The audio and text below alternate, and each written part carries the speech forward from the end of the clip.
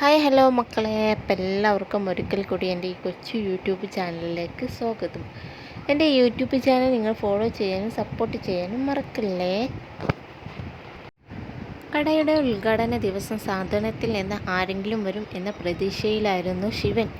ബാലനും രാവിലെ കുളിച്ചൊരുങ്ങി ഇറങ്ങുന്നത് കണ്ടപ്പോൾ ശിവൻ്റെ കടയിലേക്കായിരിക്കും എന്ന് ദേവിയും കരുതി. ചോദിച്ചപ്പോൾ കട്ട കലിപ്പിലായിരുന്നു ബാലൻ്റെ മറുപടി. ഹരിയും നേരത്തെ വീട്ടിൽ നിന്ന് ഇറങ്ങി ചോദിച്ചപ്പോൾ ബിൽഡിംഗ് ഓണറെ കാണാൻ പോവുകയാണെന്നും പറഞ്ഞു. അതുവരെ ആയിരുന്നു കഴിഞ്ഞ ദിവസത്തെ എപ്പിസോഡ്.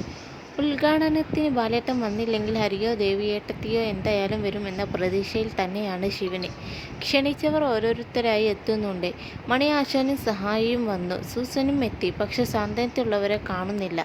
ജോത്സ്യൻ കുറിച്ച് തന്ന സമയം കഴിയാറാവുന്നു. എന്നാൽ ബാലൻ അപ്പോഴും എത്തി. ഒരു മതിലിന് അപ്പുറത്ത് ഒളിച്ചു നിൽക്കുന്നുണ്ടായിരുന്നു. ബാലേട്ടനെ കൊണ്ട് അച്ഛൻ്റെ ഫോട്ടോയ്ക്ക് മുന്നിൽ തിരി കൊളുത്തിക്കണം എന്നും ദേവിയേട്ടത്തിയെ കൊണ്ട് അടുപ്പ് കത്തിക്കണം എന്നുമായിരുന്നു എത്ര ശിവൻ ആഗ്രഹിച്ചത്. എന്നാൽ ഇനിയും അവർക്ക് വേണ്ടി കാത്തു നിന്നിട്ട് കാര്യമില്ല എന്നും മനസ്സിലായപ്പോൾ ശങ്കരനെ കൊണ്ട് ആ ചടങ്ങ് ചെയ്യിപ്പിച്ചു. സാവിത്രി അടുപ്പിന് തിരി കൊളുത്തി. ദൂരെ നിന്ന് അത് കണ്ട് ബാലൻ കണ്ണു തുടയ്ക്കുന്നുണ്ട്. കട തുറന്നതിൻ്റെ സന്തോഷത്തിൽ നിൽക്കുമ്പോൾ തന്നെ ഒരു പയ്യൻ മസാല ദോശയുണ്ടോ എന്ന് ചോദിച്ചു കൊണ്ടുവന്നു.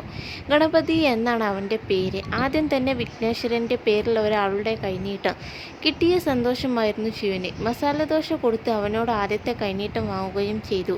എന്നാൽ ആ പയ്യനെ പറഞ്ഞു വിട്ടത് ബാലനായിരുന്നു. മസാലദോശ വാങ്ങി ഗണപതി ബാലൻ്റെ കയ്യിൽ കൊടുത്തു. സന്തോഷത്തോടെ അത് വാങ്ങി പുറപ്പെടാൻ നോക്കുമ്പോഴാണ് ഹരി വരുന്നത് കണ്ടത്. വീണ്ടും ബാലൻ ഒളിച്ചു നിന്നു. ഹരി പോയതും വണ്ടിയെടുത്ത് വേഗം കടയിലേക്ക് പോയി. അവിടെ ശത്രു ഉണ്ടായിരുന്നു. എങ്ങനെയെങ്കിലും ശത്രുവിനെ പറഞ്ഞു വിട്ട് കടയിൽ ഇരുന്ന് മസാലദോശ തിന്നാനുള്ള തന്ത്രപ്പാടിലായിരുന്നു ബാലന്. എന്നാലും ഒരു കാരണവശാലും ശത്രു പോകുന്നുമില്ല. അവസാനം നീ പോയി പൊറാട്ടയും ചിക്കനും കഴിച്ചോ എന്ന് പറഞ്ഞ് കാശ് കൊടുത്തു. അതും പോരാ എന്ന് പറഞ്ഞ് ശത്രുവിന് മൊത്തത്തിലുള്ള കാശും കൊടുത്തു.